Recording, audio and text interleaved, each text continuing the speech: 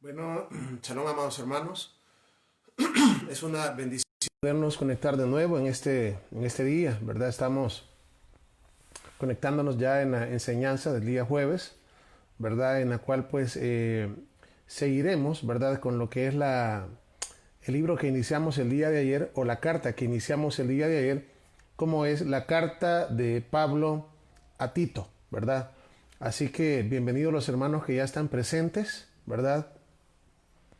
El Eterno les bendiga y les guarde, ¿verdad? Igual vamos a hacer una oración, ¿verdad? Para que luego pues entremos a lo que es la carta, ¿verdad? Y podamos pues avanzar en el capítulo 2, ¿verdad? Como hemos venido haciéndolo, es decir, verso por verso. Así que vamos a poner las cosas en manos del Eterno para que sea Él quien nos acompañe en esta enseñanza, ¿verdad? De este día.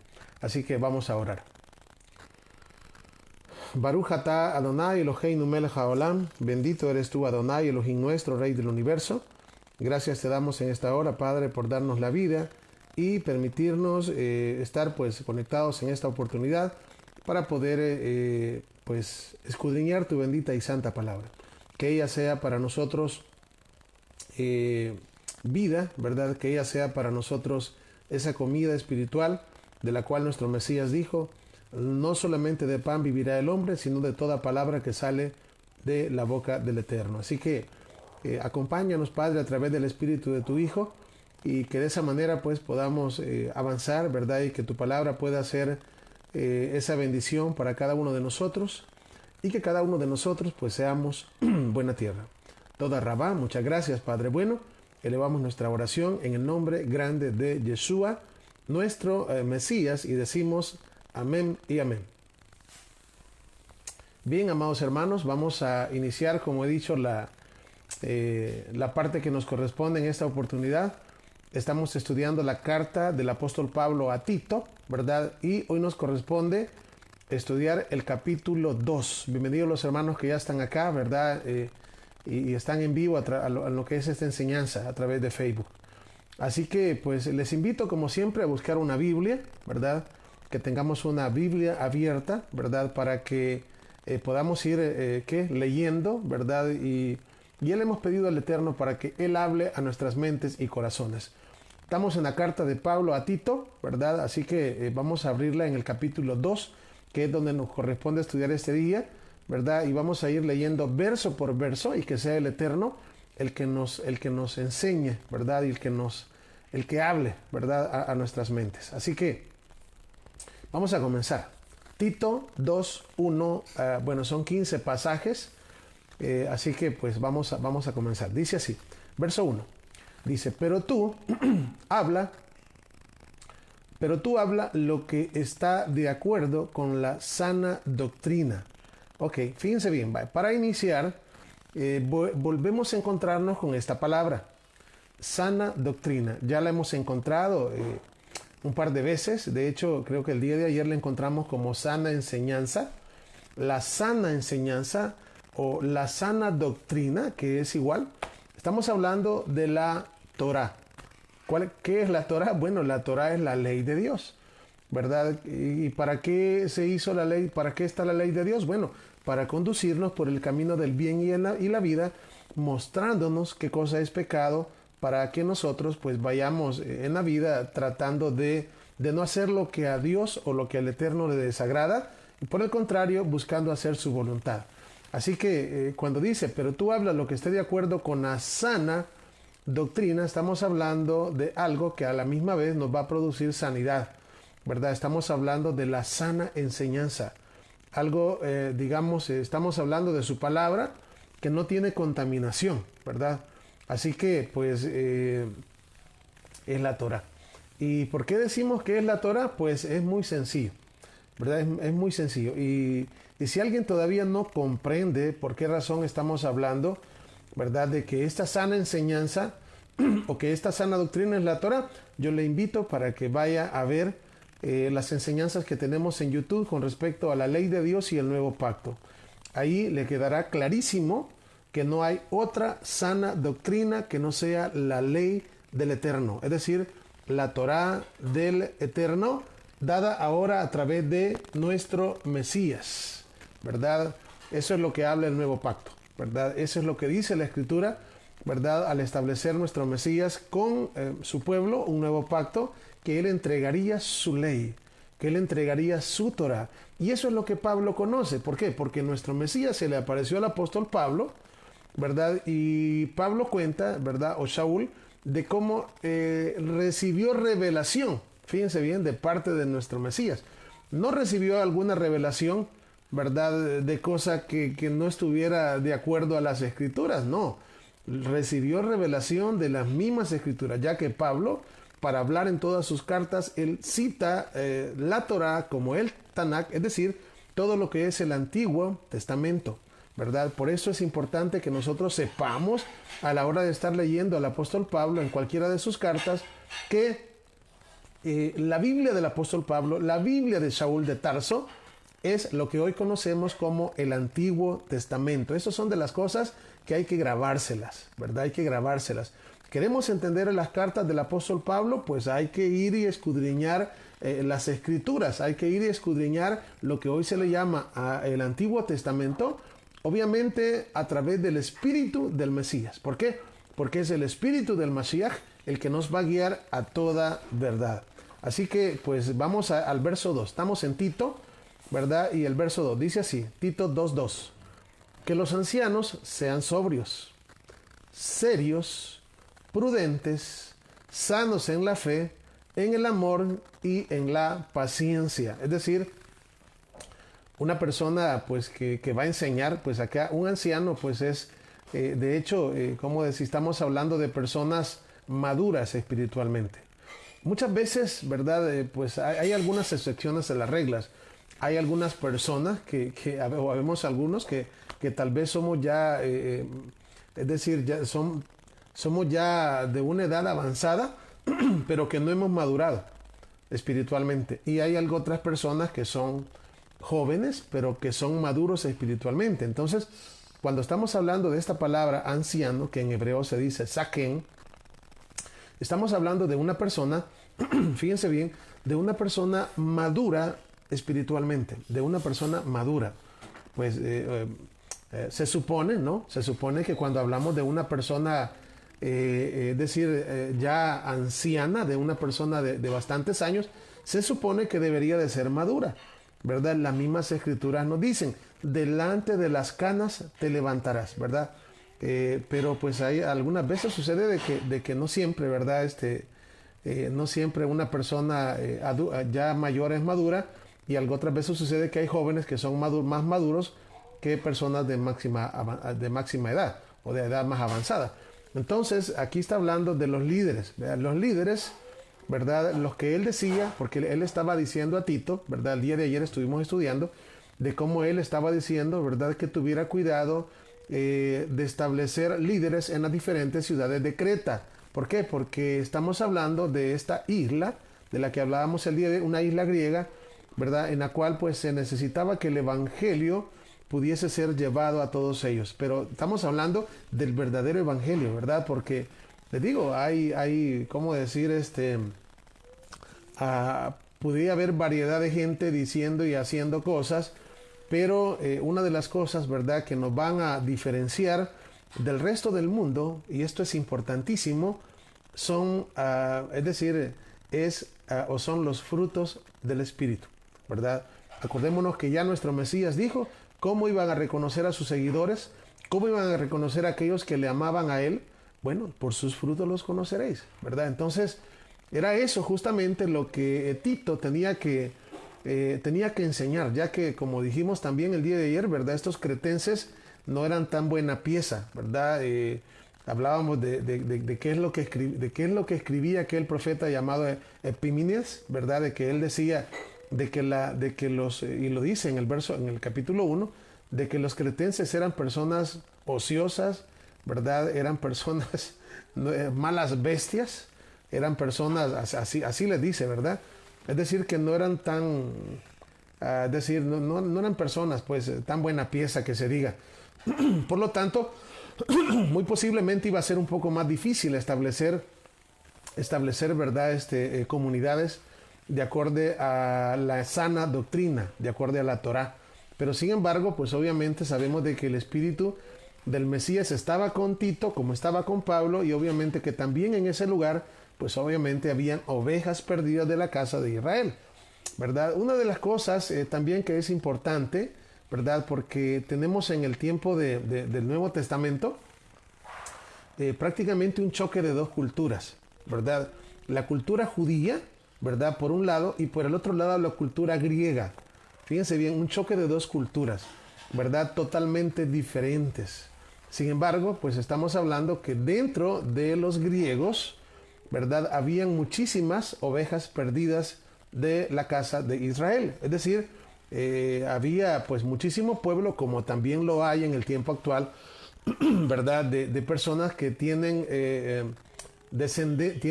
sí, ascendencia no judía. Y los hay también, pero más que todo ascendencia de las 10 tribus de Israel o del reino del norte llamado Efraín en medio de las naciones actualmente. Pues en aquel tiempo también lo había, ¿verdad? Por eso es de que vemos el mundo griego, pues les digo, y tenemos acá a Tito que era enviado, ¿verdad? A este lugar donde no era fácil, ¿verdad?, llevarles la enseñanza del único Dios verdadero, el único Elohim verdadero, a personas que estaban totalmente desubicadas, lejos de conocer la Torah, pues había mucho paganismo como lo hay hoy en día, ¿verdad? Y realmente pues acá, como en ese tiempo, ¿verdad?, en el cual estamos hablando, ¿verdad?, de que Tito fue dejado para poder establecer, ¿verdad?, comunidades y grupos, ¿verdad?, de personas para que ellos llevaran el evangelio, pues también en este tiempo también no es fácil, pero como ante todo pues tenemos la promesa, ¿verdad?, de que el Eterno está con nosotros y tenemos la promesa también de que sus ovejas van a escuchar la voz del Mesías. Eso quiere decir que, bueno, no es en vano el trabajo que se hace. Cuando el sembrador, en la parábola del sembrador, cuando el sembrador sale a sembrar, valga la redundancia, pues sabía perfectamente de que había, pues dice la Escritura, que al salir a sembrar, pues había semilla que iba a caer entre pedregales, había semilla que iba a caer por encimita y las aves del cielo se la iban a comer, ¿verdad? Había semilla que pues iba a brotar la plantita y las espinas la iban a ahogar, pero la esperanza del que iba a salir a sembrar es que había buena tierra. Y esa buena tierra, aquí había buena tierra en Creta, como también lo hay actualmente en medio de las naciones, ¿verdad? ¿Y quién es esa buena tierra? Bueno, son aquellas personas que están en el mundo, ¿verdad?, que están esperando que usted y yo les iluminemos con la palabra de verdad, ¿verdad? Por esta razón debemos de anunciar su palabra y debemos de estar siempre, pues como Pablo decía, a tiempo y fuera de tiempo, anunciando la Torá del Mesías, ¿verdad? Así que estos ancianos que menciona acá, dice que tenían que ser sobrios, ¿verdad? Una persona correcta, ¿me entienden? No una persona, ¿cómo decir? Que no fuese correcta, ¿no? Sino una persona correcta, una persona sobria, dice una persona seria, ¿verdad? Una persona seria es una persona que toma las cosas, pues, no como juguete, ¿verdad? No, sino que toma las cosas de verdad. O sea, no toma las cosas así, ¿verdad?, a la carrera, no, sino una persona seria, ¿verdad? También dice que sean prudentes. Estamos en Tito 2:2, ¿verdad? Una persona que sea prudente. Obviamente, pues esta persona, acuérdense que una de los máximos problemas del ser humano es la imprudencia, ¿verdad? Y dentro de la imprudencia tenemos tanto los actos como también lo que hace nuestra lengua, ¿verdad? Ya que, pues, les digo, una persona prudente es una persona que, pues, antes de hablar, pues, piensa muy bien lo que va a decir, ¿verdad? Antes de poder efectuar algo, también, como dijo nuestro Mesías en cierto momento, ¿verdad? Hablando de una persona que va que va a edificar un edificio, una casa, lo que sea, antes, ¿verdad? Ve si realmente pues hace los planos y todo, ¿verdad? Para ver si tiene el material y todo, para que la obra no se vaya a quedar a medias. De la misma manera, una persona de las cuales Pablo está diciendo acá, y en este caso una persona prudente, es una persona que va a pensar antes de hablar y va a pensar antes de hacer algo, y lo va a pensar bien, y primeramente va a poner las cosas ahí arriba, pidiendo dirección de parte del Eterno. Luego dice que sea sano en la fe, que sea sano en la fe, en el amor y en la paciencia, ¿verdad? Es decir, estamos hablando de personas que verdaderamente se santifiquen, de que personas verdaderamente se purifiquen. ¿Por qué? Para que el Eterno pueda ocuparlos y poder hablar por medio de ellos, ¿verdad? ¿Por qué razón? Porque pues para que el Eterno pues nos ocupe a usted y a mí, de igual manera, como instrumentos de justicia tenemos que buscar la santidad. Tenemos que buscar la santidad. De hecho, la palabra misma dice, sin santidad nadie verá al Señor. Nadie lo ha de ver. Por lo tanto, para que seamos ocupados como instrumentos de justicia, tenemos que apartarnos y tenemos que separarnos de las cosas que el mundo ofrece. De hecho, eso es lo que nos define como santos. La palabra hebrea santo es kadosh, ¿verdad? Y en plural es kadoshim, que significa separados y apartados para el Eterno, ¿verdad? Por lo tanto, los ancianos, como está hablando acá en Tito capítulo 2, verso 2, deben de ser sobrios, serios, prudentes, sanos en la fe, en el amor y en la paciencia. De la misma manera, ahora en el verso 3 va a hablar de las mujeres. Dice, las ancianas asimismo sean reverentes en su porte, no calumniadoras, no esclavas del vino, sino maestras del bien. Es decir, también las ancianas pues tenían que tener una conducta en la cual pudiesen reflejar al Mesías, porque les voy a decir, en este caso, tanto los ancianos como las ancianas de aquel tiempo y para este tiempo y para nosotros tenemos que, de verdad, tenemos que reflejar al Mesías. Cuando una persona, fíjense, solo pongámonos a pensar esto, ¿verdad? Y alguien dijera, wow, dura es tu palabra, quizás me voy a ir porque está demasiado difícil. No, mire, cuando una persona lo mira a usted, realmente a quien tiene que ver es a Yeshua, así. Entonces, por lo tanto, ¿verdad? Ante las diferentes circunstancias de la vida, ¿verdad? En lo que vamos a decir, en lo que vamos a hacer, solamente pregúntese qué haría Yeshua en estas circunstancias. ¿Qué haría Él? ¿Verdad? Porque lo que haría Él es lo que nosotros tenemos que hacer, ¿verdad? Somos la luz, somos la sal de la tierra y somos la imagen de Yeshua. Por lo tanto, ¿verdad? Tal como me recuerdo que Yeshua decía, el que me ha visto a mí, ha visto al Padre, ¿verdad? Porque Yeshua es la imagen del Dios invisible, del Elohim invisible, y nosotros hemos sido creados a imagen del Mesías, ¿verdad? Entonces tendríamos que decir, quien, así, ¿verdad? Si quien me ha visto a mí, ha visto a Yeshua. ¿Por qué? Porque Yeshua tendría que vivir dentro de cada uno de nosotros a través del Espíritu de Él. Y eso es lo que Pablo decía por todos lados. Él decía, ya no vivo yo, y estamos hablando de ese hombre carnal, sino Mashiach, que es el Mesías, Él vive en mí. Entonces, ¿verdad? Estas ancianas, pues, estos ancianos y estas ancianas tendrían que reflejar al Mesías en sus vidas, ¿verdad? Aparte, ¿verdad? No solamente, y aquí les digo, hay dos cosas, ¿verdad? Uno, porque tenían que ser ejemplo para las comunidades, ¿verdad? Y la otra es que tenían que ser ejemplo para los de afuera. Dos cosas. Tenían que ser ejemplo para la comunidad. ¿Por qué? Porque la comunidad siempre ve al líder, ¿verdad? Ve al líder y trata de parecerse al líder. Y tenía que ser ejemplo a los de afuera porque tenía que mostrarles también a los de afuera, ¿verdad? Que había un solo Elohim, un solo Dios, ¿verdad? Y demostrarles a través de los actos de justicia, a través del testimonio, que los dioses no son nada y que solamente hay un único Dios verdadero, ¿me entiende? Y un solo Mesías. Eso era no solamente de hablarlo, sino también de reflejarlo. Por eso es que la palabra del Eterno es primero para conocerla, segundo para vivirla y tercero para anunciarlo. Si nosotros nos saltamos una de esas cosas, la cosa no concuerda, ¿verdad? Por eso decía me recuerdo en el capítulo de ayer, ¿verdad?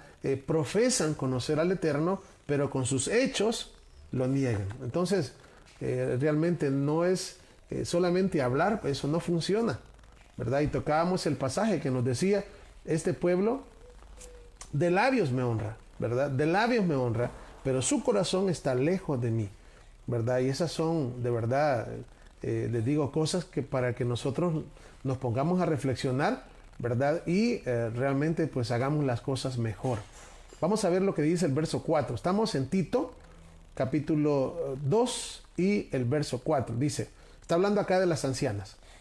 Dice, que las ancianas pues no sean calumniadoras, ¿verdad? Obviamente que no hablen falsedad, ¿verdad? Por eso es que estaba yo mencionando, ¿verdad? De que es importante que nosotros podamos, en este caso está hablando de las ancianas, pero yo diría que igual, ¿verdad? Ni los ancianos, ni las ancianas, ni nadie, ni ninguna persona que profesa conocer al Mesías debe de ser una persona que calumnie, de que hable algo que no es verdad.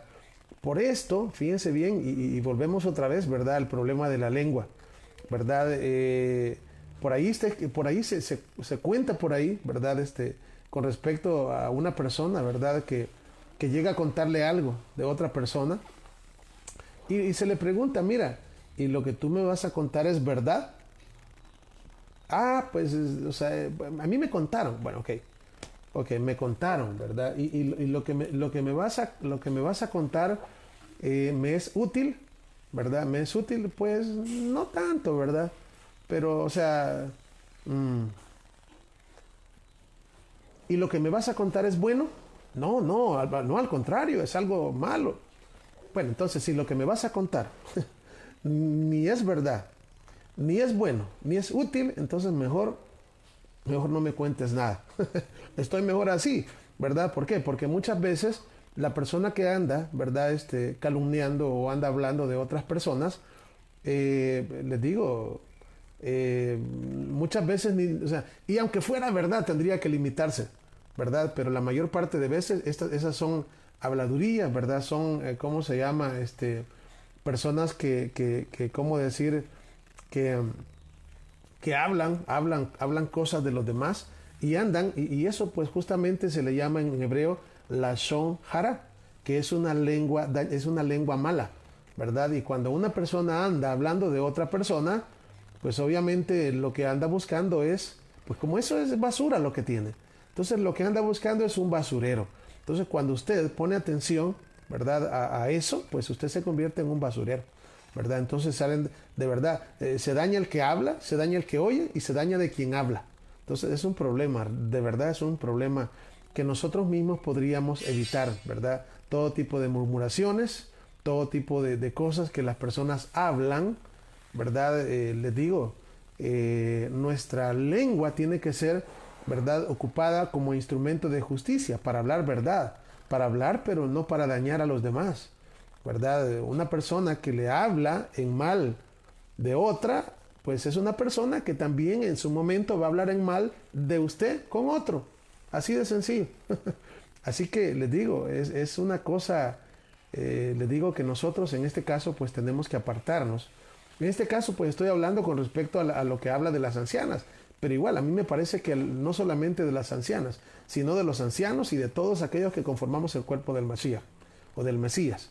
Dice, que enseñen, estamos en el verso 4, a las mujeres jóvenes, fíjense bien, las ancianas, en este caso, que enseñen a las mujeres jóvenes ¿a qué?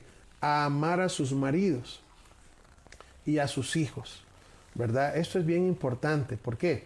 Porque, pues, así como digamos así como los hombres, ¿verdad? Decir, los que ya, pues, pasamos, digamos, la niñez, pasamos la adolescencia, ¿verdad? Ya estamos llegando ya un poquito al medio paquete, como decimos, ¿verdad? Ya hemos pasado por un montón de situaciones, ¿verdad? Dentro de las cuales tenemos que estar listos y aptos para poder aconsejar a los más jóvenes. En este caso está diciendo que las mujeres ancianas enseñen a las mujeres jóvenes. ¿Y a qué que enseñen? Bueno, a amar a sus maridos. Fíjense bien, no que les enseñen a decirles, mira, vos no te tenés que dejar, Mira, no, no, no, que enseñen a amar a sus maridos. Eso es lo que está diciendo la Escritura. Y que también que les enseñen a amar a sus hijos, ¿verdad? Porque les digo, lamentablemente, pues muchas de los fracasos en los matrimonios actuales, ¿verdad? Es por falta de consejo. O pues por tener malas consejeros o malos consejeros o malas consejeras. ¿Verdad? ¿Cómo decir? Como uno le dice a los hijos, ¿verdad? Mira, cuando vos vas yo ya vengo. Es cierto, uno ya pasó por un montón de cosas que los hijos apenas están pasando, ¿verdad? Y en este caso, pues las mujeres ancianas, pues tienen que enseñar a las más jóvenes a que amen a sus maridos, no a que peleen con sus maridos, no a que sean mujeres, calumniadoras, ¿verdad? Porque les digo, y aquí es bien importante, ¿verdad? En el caso de las madres y los que somos padres, ¿verdad? Les digo, tenemos un gran compromiso con nuestros hijos, porque muchas veces nuestros hijos, y también obviamente si estamos aconsejando a otra persona y también nosotros, pues ellos van a ver nuestro caminar, ¿verdad? ¿Y qué es lo que pasa, por ejemplo, con nuestros hijos? Nuestros hijos muchas veces no van a hacer lo que nosotros les digamos, sino que nuestros hijos van a hacer lo que ellos ven en nosotros. Es decir, no van a hacer lo que les digamos, sino que van a seguir el ejemplo que nosotros les demos. De la misma manera, ¿no? Si una mujer, ¿verdad? En este caso, como estamos ahorita viendo, ¿verdad? En el verso 4, dice que las mujeres jóvenes, que las mujeres ancianas, perdón, enseñen a las mujeres jóvenes a amar a sus maridos, obviamente, y a serles fieles, ¿verdad? Y a la misma vez también a amar a sus hijos, ¿verdad? Ese es algo, les digo, no hay alguna escuela, ¿verdad? Donde los jóvenes o las jóvenes o los niños, ¿verdad? Se les enseña a ser buenas esposas o buenos esposos o buenos padres o buenas madres. No hay escuela para eso. O sea, la única escuela en este caso sería la casa y en este caso la comunidad, ¿verdad? Por eso Pablo está hablando de que las ancianas enseñen a las más jóvenes, ¿verdad? Los hijos van a ver el comportamiento de los padres o las hijas igual de las madres o viceversa, ¿verdad? Y esa es la manera de cómo aprender. No hay una escuela para aprender a ser buenas esposas, ni buenas madres, ni buenos esposos y buenos padres, ¿verdad? Sin embargo, en este caso Pablo está diciendo que hayan ancianas en la comunidad y que esas ancianas puedan enseñar a las mujeres jóvenes, ¿verdad? A las que van comenzando, ¿verdad? A que sean mujeres de bien, a que sean mujeres, ¿verdad? Como nos habla el libro de Proverbios, capítulo 31, ¿verdad? Para que estas mujeres lleguen a ser mujeres virtuosas, de verdad, mujeres virtuosas. En la Biblia tenemos ejemplos de mujeres no virtuosas y mujeres virtuosas. De hecho, las escrituras dicen, ¿verdad? Que el que haya esposa haya el bien. Qué bueno, ¿no? El que haya una mujer virtuosa, pues qué bueno, ¿no? Se sacó la lotería. Pero también dice que la mujer mala es, la mujer mala, ¿verdad? La mujer mala dice que es carcoma a los huesos del marido, ¿verdad? Entonces es bien importante, ¿verdad? Que la mujer, ¿verdad? En este caso las niñas que se van convirtiendo en jóvenes, ¿verdad? Que sean asesoradas tanto por sus padres, por su madre, ¿verdad? Y por otras mujeres, digamos, dentro de la comunidad que obviamente tienen ya pues sus años y que ya han pasado, ¿verdad? Por lo que ellas todavía no han pasado, ¿verdad? Porque ¿cuál es el objetivo? Que no cometan los errores que nosotros cometimos en el pasado. Ese es el objetivo. Que no cometan errores como los que nosotros cometemos. Qué bueno sería que, que uno aprendiera, ¿verdad? Con los errores de los demás. Eso sería lo ideal, ¿no? Que sin embargo muchas veces pues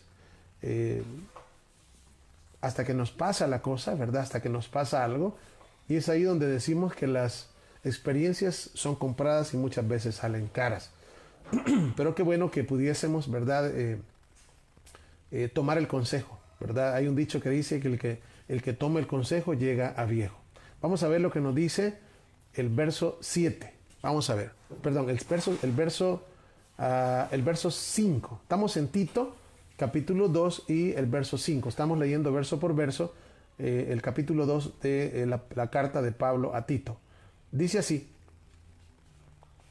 a ser prudentes. Estamos hablando que enseñen a las mujeres más jóvenes a que sean prudentes, castas, cuidadosas de su casa, buenas, sujetas a sus maridos. Oiga, y vea con qué objetivo, para que la palabra del Eterno no sea blasfemada. Fíjense bien. ¿Y cómo es que va a ser llegar a blasfemada? Bueno, cuando las jóvenes y los jóvenes, pues obviamente actúen, ¿verdad? De una manera loca, de una manera dejándose llevar por sus pasiones y por sus instintos, ¿verdad? Lo que va a pasar es que las personas de afuera van a comenzar a ver, porque la palabra dice que somos cartas leídas. Entonces, a través de nuestros actos, a través de nuestra manera de ser, ¿verdad? De los jóvenes, cuando un joven, ¿verdad?, hace las cosas mal, pues obviamente no solamente critican al joven, sino que critican a los padres, y no solamente a los padres, sino que la misma palabra del Eterno es blasfemada, ¿verdad? O sea, la ponemos por el suelo. ¿Por qué? Porque una persona que no conoce al Eterno dice, ve, y eso, ¿verdad? Y eso que es, ¿verdad? Ellos dicen de que tienen a Dios, ¿verdad? Ellos dicen que tienen esto y lo otro, y miren cómo, ¿verdad? Cómo se comporta la muchacha o el muchacho, etcétera. Entonces, todo esto, ¿verdad?, es con el objetivo de que seamos la luz del mundo. Es decir, que si estas cosas pasan en el mundo, pues dentro o de nosotros, o pues obviamente dentro del cuerpo del Mesías, que estas cosas no pasen. Asimismo, dice, exhorta a los jóvenes, a los varones, estamos hablando en el verso 6, a que sean prudentes. Aquí, ¿verdad? A los jóvenes, a los varones, está hablando acá en el 6, dice, exhórtalos que sean prudentes, ¿verdad? Y le dice el verso 7, presentándote tú en todo como ejemplo de buenas obras. Tito era un joven, ¿verdad? Así como Timoteo también era un joven. No sé exactamente cuántos años tenía, pero de acuerdo a lo que leemos, era joven. Tito era una persona jovencita, ¿verdad? Y estaba diciéndoles que enseñe, que exhorte, ¿verdad?, a los jóvenes, ¿verdad?, para que ellos sean prudentes, ¿verdad? Y pues obviamente no solamente que exhorte lo que hemos venido hablando, sino que él mismo, fíjense bien, él mismo sea un ejemplo. Oiga bien, él mismo sea un ejemplo, ¿verdad? Él mismo sea un ejemplo para ellos. Dice, presentándote tú en todo como ejemplo de buenas obras. Vea, dice, en la enseñanza, mostrando integridad, seriedad. Ahora, verso 8. Palabra sana e irreprochable, de modo que el adversario se avergüence y no tenga nada malo que decir de vosotros. Vean qué interesante esto. Esta es una palabra que Pablo está llevando para Tito, ¿verdad? Y obviamente para que él también le enseñe a los jóvenes, a los jovencitos y a las jovencitas, y de la misma manera, pues, que ellos tengan, digamos, personas de más edad dentro de la comunidad, que también les enseñen a ellos, ¿verdad? Que les enseñen, que les hablen como a hijos, ¿verdad? O como a hijas, ¿verdad? Y de esa manera, vean lo que dice acá. Voy a releer otra vez el pasaje. Estamos leyendo ahorita el verso 8, 2:8 de Tito. Dice, palabra sana e irreprochable. Es decir, lo que le está diciendo. De modo que el adversario se avergüence y no tenga nada malo que decir de vosotros. Ahora, ¿quién es el adversario? El adversario, bueno, de hecho aquí lo pusieron en el mero español como se traduce, el diablo. La palabra Hasatán, oiga bien, la palabra Hasatán en hebreo es la palabra, oiga bien, es la palabra adversario. Vamos a ver acá.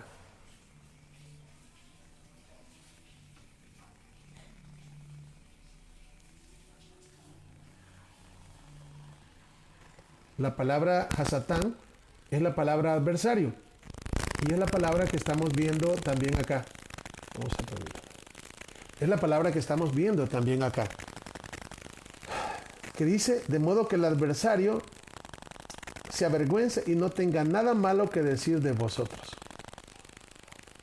¿Quién es el adversario? Ya dijimos. Ahora, ¿qué es lo que hace él? Pues lo que hace él es, imagínense lo que hace? Ponernos en mal, ¿verdad? Ponernos en mal delante del Eterno. Si ustedes se recuerdan, en el libro de Job tenemos una historia, ¿verdad? Donde llegaron, dice, los hijos del Eterno, los hijos de Dios, y entre ellos dice que llegó el diablo, el Hasatán, ¿verdad? Y pues por ahí, ¿verdad? Luego pues es enviado, ¿verdad? Por el Eterno para probar la fe de Job, ¿verdad? Pero me recuerdo, ¿verdad? Que después de que viene este adversario, ¿verdad? A probar a Job, ¿verdad? Y regresa y le dice, lo que pasa, le dice, que ahorita él no ha blasfemado porque no he tocado su carne, ¿verdad? Cualquier cosa, ¿verdad? El hombre hará, ¿verdad? Lo que pasa, como lo tiene bien y todo, ¿verdad? Pero a ver si no blasfema, ¿verdad? A ver si no blasfema si le tocas si le quitas lo que tiene y también pues la parte de la carne, ¿verdad? Pero si ustedes, ¿cómo se llama? Se fijan, pues en todo lo que pasó con Job, Job dice que nunca pecó, ¿verdad? Y al final siempre él dijo, bueno, la verdad que desnudo, ¿verdad? Vine a esta tierra y desnudo me voy a ir. Bendito sea el nombre del Eterno por siempre. Entonces, ¿verdad? De la misma manera, pues el adversario no va a estar, ¿verdad? Ahí, ¿cómo decir? Como dice acá la Escritura, ¿verdad? No va a estar ahí acusándonos, esa es la palabra correcta. No va a estar acusándonos porque no va a tener nada que acusarnos, ¿verdad? Porque vamos a andar bien, ¿verdad? Pero imagínense, por ejemplo, ¿verdad? Cuando nosotros obviamente somos lo contrario a lo que está diciendo la palabra acá, y venimos nosotros y clamamos delante del Eterno, ¿verdad? Y obviamente el acusador tiene muchas cosas, ¿no? Y sí, mira lo que hace, ¿no? Mira, hoy está como necesita, ¿verdad? Ahí está clamando, pero mira después lo que hace, mira, ¿ves? Otras cosas, ¿verdad? Y por eso es que nuestros vestidos, como dice la palabra, deben de ser blancos en todo lugar, ¿verdad? Y no podemos jugar con la palabra, no, el Eterno no es ningún juguete de nadie, ¿verdad? De hecho, pues, Él no puede ser burlado. Todo lo que nosotros hagamos, pues, es decir, todo tiene una ley, ¿verdad? Y en este caso, la ley de la siembra y la cosecha. Todo lo que nosotros hagamos, eso vamos a cosechar, ¿verdad? Así que seguimos acá vamos a ver, en el verso 9. Exhorta a los siervos a que se sujeten a sus amos, ¿verdad? Eso es en el tiempo que habían siervos, ¿verdad? Que agraden en todo, que no sean respondones. Bueno, obviamente está hablando a los amos, ¿verdad? Inclusive, ¿verdad? Si habían pues algunos que tenían amos que también estaban dentro de la misma comunidad, ¿verdad? No solamente por el hecho de que están en la comunidad van a faltarle respeto a los amos, no es lo que Pablo está diciendo, que no sean respondones, ¿verdad? Que les diga algo y que no, pues, que no sean malcriados, pues, ¿me entienden? Porque eso también pasa con los hijos. Yo creo que aquí es fácil entender a qué se está refiriendo. Dice, no defraudando, sino mostrándose fieles en todo, para que en todo adornen la enseñanza de Elohim, nuestro Salvador. Porque la gracia del Eterno se ha manifestado para salvación a todos los hombres. Verso 12. Enseñándonos que, renunciando a la impiedad y a los deseos mundanos, vivamos en este siglo sobria, justa y piadosamente. Fíjense bien. Dice, enseñándonos que renunciando a la impiedad y a los deseos mundanos, vivamos en este siglo sobria y justa y piadosamente. Es decir, que a través de la palabra que el Eterno nos ha dado, a través de la salvación que hemos recibido, el Eterno espera igualmente que nosotros renunciemos. Fíjense bien, es como decir, no es lo mismo cuando en una empresa despiden a alguien que la persona renuncia. No es lo mismo. De hecho, cuando la persona renuncia, pues ni le dan, muchas veces, ¿verdad? Aunque en otras partes creo que sí, ¿verdad? Pero la persona la despiden, le indemnizan, o si la despiden porque hizo algo mal o robó, lo que sea, no le dan nada, ¿verdad? Pero si la persona pone su renuncia, inclusive pues si la pone con anticipación y todo lo hace correctamente, pues deja inclusive las puertas abiertas en la empresa donde trabaja. En este caso, ¿verdad? Lo que también nosotros tenemos que hacer es no, o sea, el Eterno no nos está obligando. Eso creo que en el nuevo pacto, pues es una de las enseñanzas vitales. No nos obliga a nada, ¿me entienden? No nos obliga a nada, ¿verdad? Ni siquiera como decir, vea, voy a hacer esto y lo otro para que renuncie. No, no nos obliga a nada, ¿verdad? Quiere que nosotros lo hagamos, pero por amor, que nosotros digamos, ya no esto, ya no lo otro, ya renuncio. Vea, renuncio, ¿por qué? Por amor al Eterno. Cuando nosotros hacemos las cosas así, pues obviamente tenemos, les digo, una gran bendición delante de nosotros. No hacer nada por obligación, no hacer nada porque nos están imponiendo, sino que simplemente hacerlo por medio del amor y por medio de la fe. Eso de verdad. Eso es prácticamente la gran enseñanza del nuevo pacto. El hecho de hacer nosotros, y por eso es que se habla de colocar la Torá en la mente y en nuestros corazones, ¿verdad? Y el Eterno pues nos dice, dame ese corazón de piedra, ¿verdad? Dame ese corazón, dámelo. No nos obliga, sino que quiere que nosotros, de nosotros mismos, nosotros podamos renunciar y decir, realmente yo ya no quiero participar de esto, ya no quiero hacer lo otro, ya dejo esto, ¿me entiendes? Dejo esto, ¿por qué? Por amor al Eterno, por amor a su palabra, ¿verdad? Y pues obviamente al final, pues de verdad que es solamente estos cambios que se hacen así son cambios genuinos, los cambios que se hacen por amor, no cambios por obligación. Los cambios por obligación, esos cambios no son genuinos porque una persona puede actuar de una manera porque lo está viendo fulano o porque lo ve la otra persona o decir, me va a ver no sé quién, vean. Pero ¿qué pasa cuando no sé quién no está? Pues entonces ahí la persona saca quien verdaderamente es. Pero cuando los cambios vienen de adentro para afuera, los cambios son genuinos. ¿Por qué? Porque no me importa si alguien me está viendo o no me está viendo. Yo tengo una responsabilidad y tengo un pacto con el Eterno. Por lo tanto, ahora yo actúo así. ¿Por qué? Porque hay temor del Eterno en mi vida. Y eso, no hay nada mejor que eso en nuestra vida, ¿verdad? Por eso es que inclusive que ¿cómo se llama? El Mishkan. El Mishkan, que fue el tabernáculo que estuvo hecho acá en la tierra, ¿verdad? O el mismo templo, era una figura del ser humano, ¿verdad? Era una figura del ser humano.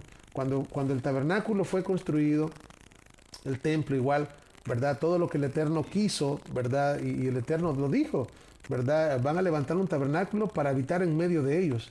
Pero no es que el Eterno quisiera una casita más ahí en medio de todo, no, sino que lo que el Eterno estaba diciendo es que Él quiere habitar en medio de ellos, es decir, en sus corazones, dentro de cada persona, dentro de cada hijo de Israel.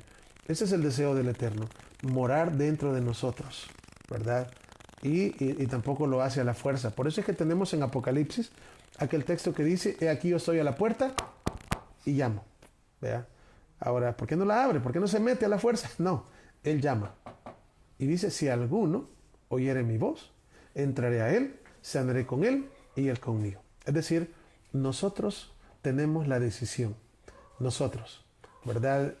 Y realmente Él nos está esperando con los brazos abiertos porque cuando nosotros decidimos hacer las cosas como Él nos pide, wow, eso es, solamente el amor puede hacer eso, ¿verdad? El amor, y ahí es donde el Eterno, a través del Espíritu, nos ayuda, ¿verdad? A que las cosas las hagamos bien, ¿verdad? Porque el Espíritu al final es nuestro ayudador. Y el Espíritu del Mesías en nosotros es un regalo tremendo, ¿me entiendes? ¿Por qué? Porque nos ayuda en gran manera, nos enseña, nos ayuda, nos guía, ¿verdad? Y justamente pues no hay nada mejor que ello en nuestras vidas, no hay nada mejor. Vamos a seguir. Estamos acá en el verso, vamos a ver, estamos en el libro, estamos en la carta de Pablo a Tito y vamos a ver en el verso 11. Dice, porque la gracia del Eterno se ha manifestado para salvación a todos los hombres, enseñándonos que, renunciando, ahí estábamos leyendo, renunciando a la impiedad y a los deseos mundanos, vivamos en este siglo sobria, justa y piadosamente. Verso 13, aguardando la esperanza bienaventurada y la manifestación gloriosa de nuestro gran Elohim. Fíjense bien, o sea, en otras palabras, ¿verdad? Tenemos nosotros que estar prácticamente esperando el regreso. Oiga bien, esperando el regreso. Ahora, fíjense bien, vamos a ver. Aguardando, voy a leer el verso 13. Aguardando la esperanza bienaventurada de la manifestación gloriosa de nuestro gran Elohim, ¿verdad? Y luego dice, y Salvador, Yeshua HaMashiach. De hecho, pues, ¿verdad? Para estos pasajes tenemos un tema que se llama Yeshua es Elohim. Bueno, les digo porque ahí tocamos este pasaje, ¿verdad? Juntamente con otros pasajes, ¿verdad? Con ayuda del Eterno para poder entender de qué cosa está hablando acá. Dice el verso 14, quien se dio a sí mismo por nosotros para redimirnos de toda iniquidad. En otras palabras, lo que nosotros tenemos que hacer en este tiempo es justamente esperar la venida del Mesías. Obviamente, ¿no? Cuando estamos hablando de esperar la venida del Mesías es que obviamente estamos preparados.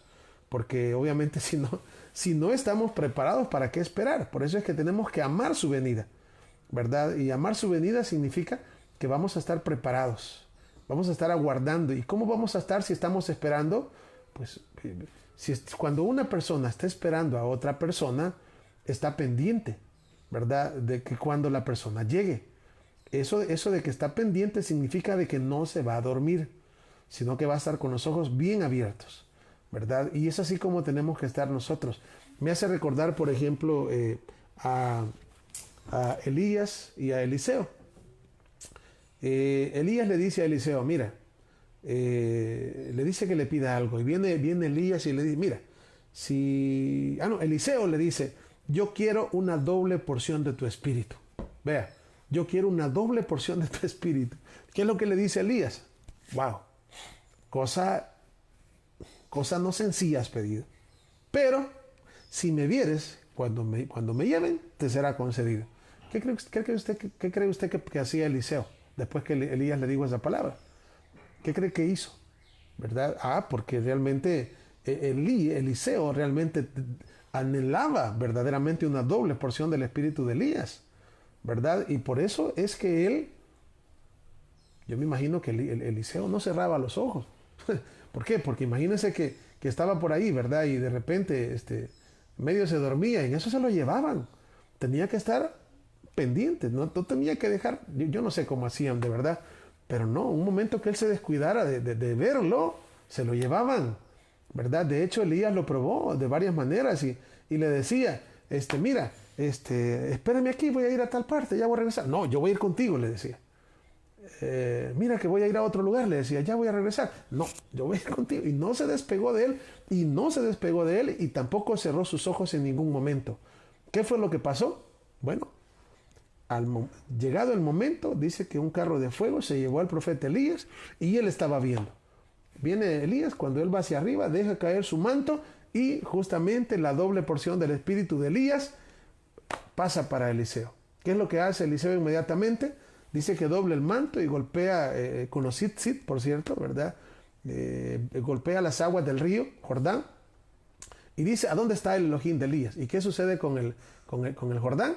Pues se abrió, ¿verdad? Se abrió tal como había hecho esto también Elías, ¿verdad? Entonces, ¿qué es lo que tenemos? Pues obviamente él estuvo viendo todo el tiempo, no cerró sus ojos ni por un momento y estuvo pendiente y alcanzó de verdad lo que él quería. De la misma manera, nosotros tenemos que aguardar, como dice la escritura acá, tenemos que aguardar a la manifestación, oiga bien, a la manifestación gloriosa de nuestro Mesías, ¿verdad? Pero ¿cómo vamos a guardar? Bueno, guardándonos en santidad, purificándonos, orando al Eterno, ayunando. Son las cosas que nos hacen apartarnos del mundo, ¿verdad? Y tratando la manera de vivir guardando sus mandamientos, ¿verdad? Eso, esperándolo todos los días, ¿verdad? Esperándolo todos los días. Así que, de verdad que cada uno de nosotros, pues, estamos llamados a eso, ¿verdad? Estamos llamados a estar en santidad, ¿verdad? Y a guardar, pues, justamente en el momento en el cual nuestro Mesías regrese, de verdad. Entonces, pero para eso tenemos que estar bien delante del Eterno. ¿Por qué? Miren, ahí tenemos la parábola de las 10 vírgenes. Dice la escritura que 10 vírgenes estaban por ahí esperando, ¿verdad? Y dice que a 5 se les acabó el aceite. No estaban preparadas. En lo que fueron a traer el aceite, vino el esposo y se cerró la puerta y luego fueron 5. Se durmieron. Se durmieron. Eso es lo que no hizo Eliseo. Y es lo que el Eterno está pidiéndonos a nosotros. Que no nos durmamos. ¿Verdad? Que no nos durmamos. ¿Verdad? Espiritualmente. Pues estamos hablando espiritualmente. No vaya a pensar de que, pues ahora el hermano dice que ya no durmamos, ¿verdad? ¿Y qué voy a hacer ahora? Voy a estar todo... No, estamos hablando espiritualmente. Sí tenemos que descansar por la noche para tener nuevas fuerzas y experimentar todos los días por la mañana las misericordias nuevas que el Eterno nos da, ¿verdad? Así que vamos acá, ok, vamos al verso 14. 14 dice así: quien se dio a sí mismo por nosotros para redimirnos de toda iniquidad y purificar para sí un pueblo propio, celoso de buenas obras. Esto es otra palabra importante. Fíjense bien, dice acá, un pueblo, fíjense bien, celoso de buenas obras. Esto habla y exhorta y reprende con toda autoridad. Nadie te menosprecie. ¿Por qué digo que es bien importante? Porque está hablando de que, fíjense bien, el Mesías se dio a sí mismo, es lo que dice el 14, para redimirnos de toda iniquidad. ¿Qué es iniquidad? Anomía en griego. Es decir, pecado. ¿Qué es pecado? Transgresión a la ley de Dios. Entonces el Mesías se dio a sí mismo, ¿por qué?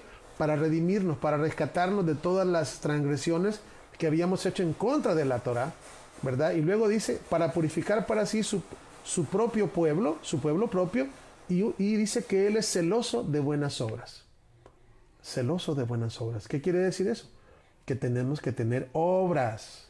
Oiga, tenemos que tener obras. Ya hemos hablado bastante de ello, pero pues obviamente muchas veces se sigue malentendiendo al decir, no tenemos que hacer nada. Perdóneme, pero el Mesías es celoso de buenas obras. Que de hecho, Santiago dice que pues la fe sin obras es muerta. Tenemos que tener obras. Son importantísimas las obras. Si no hay obras, entonces no hay fe. Así, ¿verdad? Porque lo que hacen las obras es perfeccionar la emuná, la fe. Eso es lo que hacen las obras. Entonces es importante. El punto es, o el problema muchas veces es que se colocan las obras antes. Cuando las obras se colocan antes, ¿verdad? Entonces sí está mal, ¿verdad? Porque entonces estamos queriendo ser salvos por lo que nosotros hacemos. Pero cuando las obras van como producto de la fe y como producto del amor al Eterno, esas son las obras que al Eterno le agradan. Y así debe de ser. Y en las obras están todos los mandamientos del Eterno. Ahí, todo, ¿verdad? Que justamente por eso Yeshua dijo, ¿verdad? Si me amáis, guardad mis mandamientos. O sea, si me amáis, ¿cuál va a ser el producto del amor hacia Yeshua? Guardar los mandamientos. No simplemente, vea, si ustedes se quieren salvar, guarden los mandamientos. No dice eso. Vea, porque la salvación es un regalo. De hecho, nosotros, ¿cómo decir? Y hoy hay otra cosa.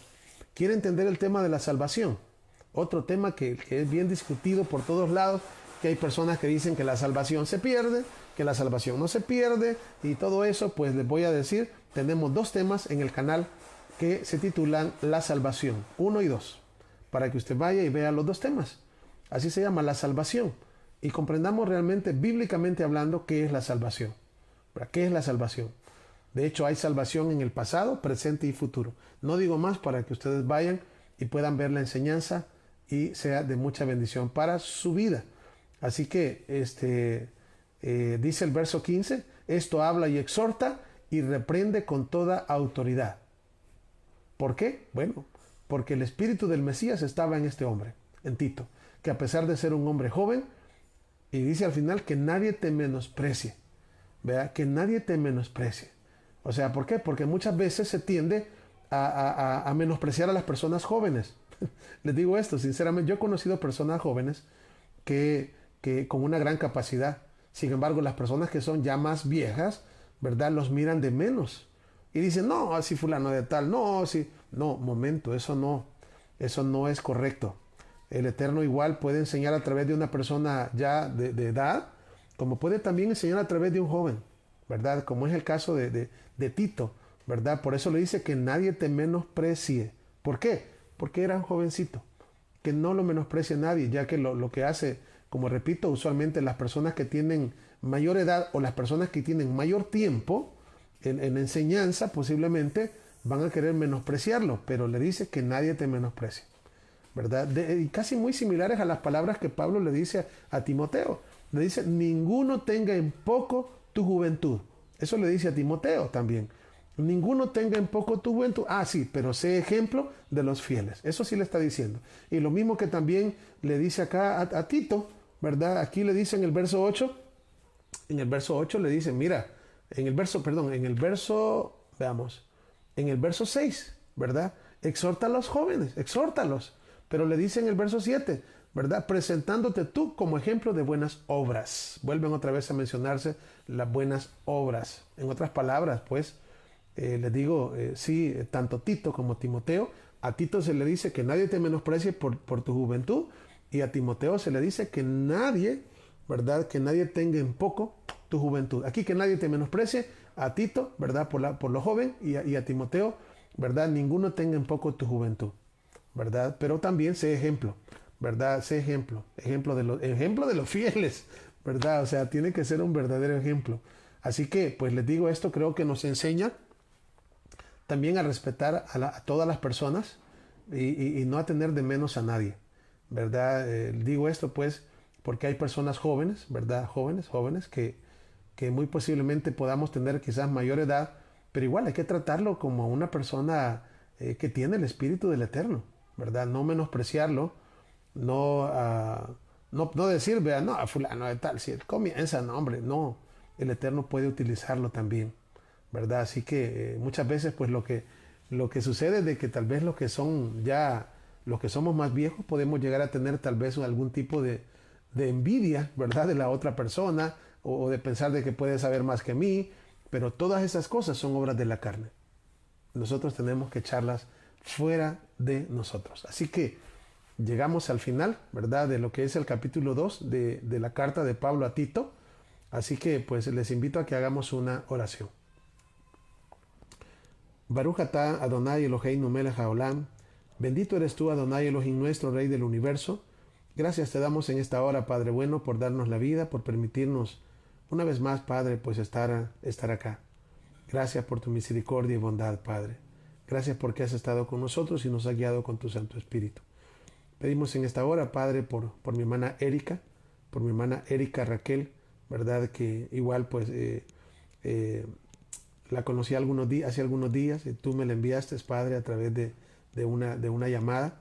Te pido por favor que seas en su vida, que la guardes, que la guíes a través de tu palabra, Padre. Y en estos momentos que ella pues me dice que su papá acaba de fallecer, te pido que le des fortaleza a ella y también fortaleza a su familia, Padre, ya que estos momentos son difíciles, Padre, pero te pido que le des la fortaleza a ella y a su familia para poder pues avanzar y seguir adelante en esta vida. Asimismo, pues, siempre ponemos en tus manos, Padre, a todos los que están enfermos de tu pueblo, Padre, por favor, sé tú con ellos. Tú los conoces, Padre, a cada uno por nombre. Por favor, sé tú, Padre, en sus vidas. Padre, alguien nos pedía el día de ayer que oráramos por esta niña llamada Iris, de 13 años de edad, que está grave en un hospital, creo que es de México. Te pedimos, Padre, que puedas ser tú en ella, Padre bendito. No la conocemos, Padre, pero te pedimos, por favor, que tengas misericordia, Padre, de su vida y que pueda restaurarla, Padre, por favor. Y que pues debe de ser una cosa terrible tener a una hija en esas circunstancias, Padre. Así que por favor, haz la obra, Padre, y también pues lleva este mensaje, ¿verdad? A ellos, a la niña pues también, y levántala, Padre, para que ella también pueda también pues expresar también y dar su testimonio de que tú haces cosas grandes. Asimismo, pues sé que hay más hermanos que están con alguna enfermedad, Padre, te pido por favor de que seas en sus vidas, por favor. En el nombre de Yeshua, elevamos en esta oportunidad nuestra oración hacia ti y decimos amén y amén. Bien, amados hermanos, una vez más, pues, muchas gracias, ¿verdad?, por estar pendientes.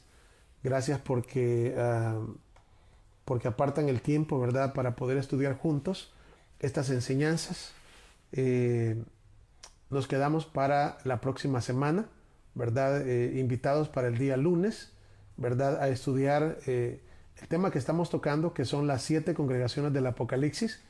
Y el día lunes, si no me equivoco, nos va a tocar estudiar la cuarta comunidad, como es Tiatira, ¿verdad? Invitados también para el próximo miércoles. Y el próximo miércoles ya terminaríamos la carta de Pablo a Tito, comenzando el día jueves, ¿verdad? Con otra carta del apóstol Pablo. Así que el Eterno les bendiga y les guarde, ¿verdad? Un abrazo a todos. Shalom. Shalom, Obrajot. Que el Eterno esté con ustedes.